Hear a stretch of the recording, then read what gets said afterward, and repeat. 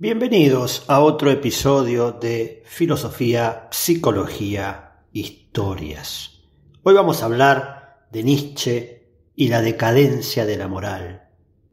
Nietzsche tuvo una posición muy firme acerca de la moral y su decadencia. Quizás haya sido fomentada por ciertos rasgos de su biografía, como la relación con su padre, que era bastante compleja. Su padre era pastor protestante y había recibido una estricta moral religiosa por parte de éste. Y también quizás por haber sido atraído por la filosofía de Schopenhauer, que criticaba la moral judeocristiana por negar la vida. Por lo tanto, Nietzsche se convirtió en un crítico feroz de la cultura occidental, incluyendo su moral, diciendo que esta moral era la decadencia y la debilidad que se estaban instalando como valores en la humanidad a través de la humildad y la compasión, y esto solo debilitaba al individuo.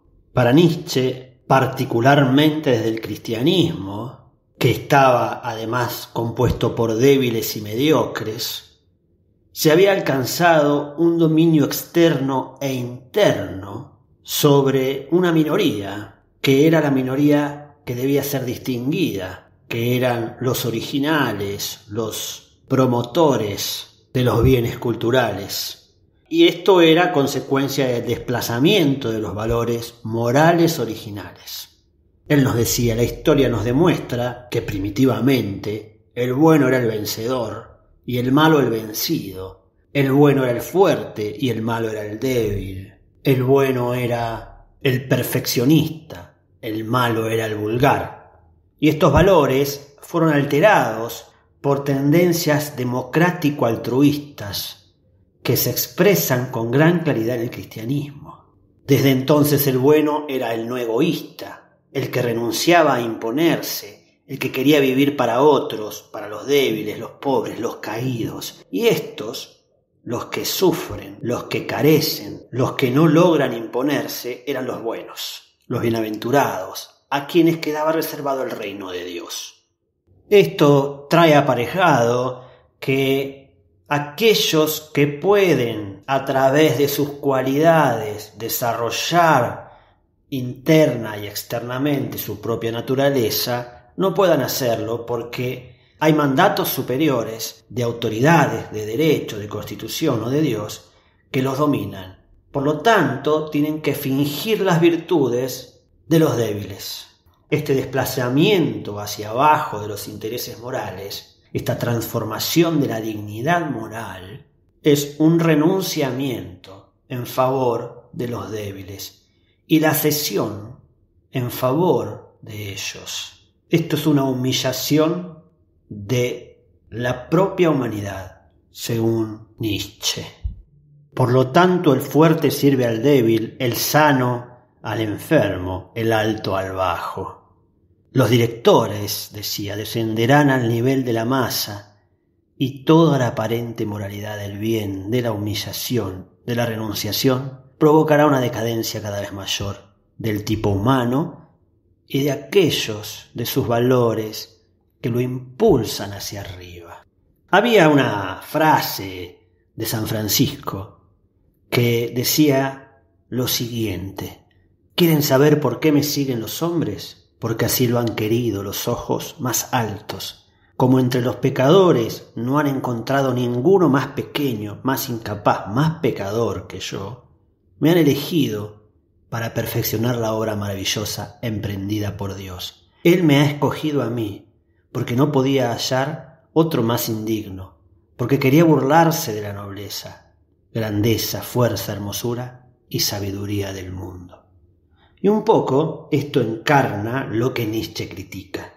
Para Nietzsche había que luchar por mayor nobleza, grandeza, fuerza, hermosura y sabiduría.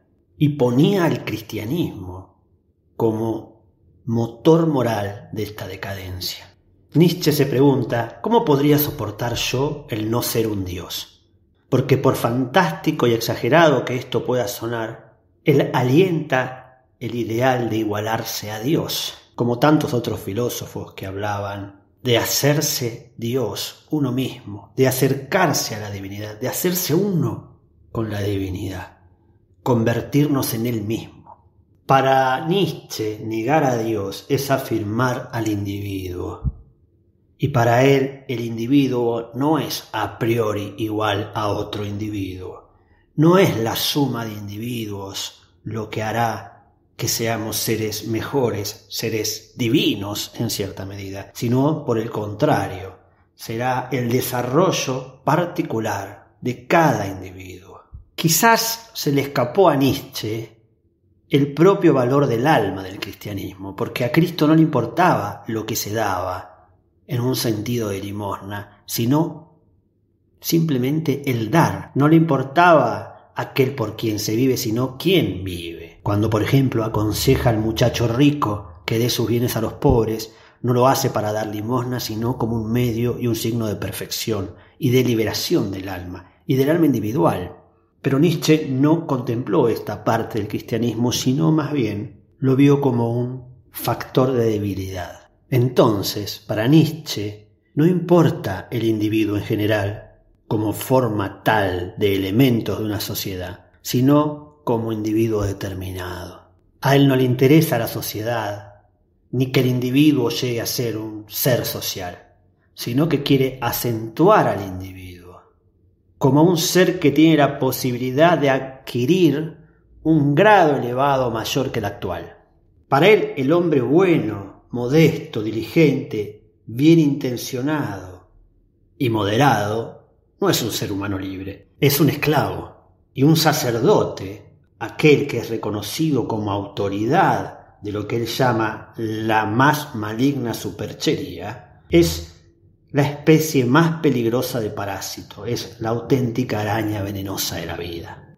Él va a criticar los valores socrático-platónicos porque sobre ellos se fundará el cristianismo. Y dirá, tenemos que replantearnos lo bueno, lo bello y lo verdadero. Ha sido quizás el más controvertido de los filósofos, o uno de los más controvertidos.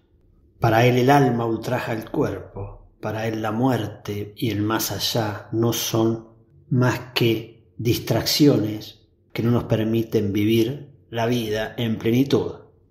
Es muy interesante entender la voluntad de poder desde el punto de vista de Nietzsche, porque un ideal moral para él es un devenir desde la historia, no un arquetipo que logramos conocer.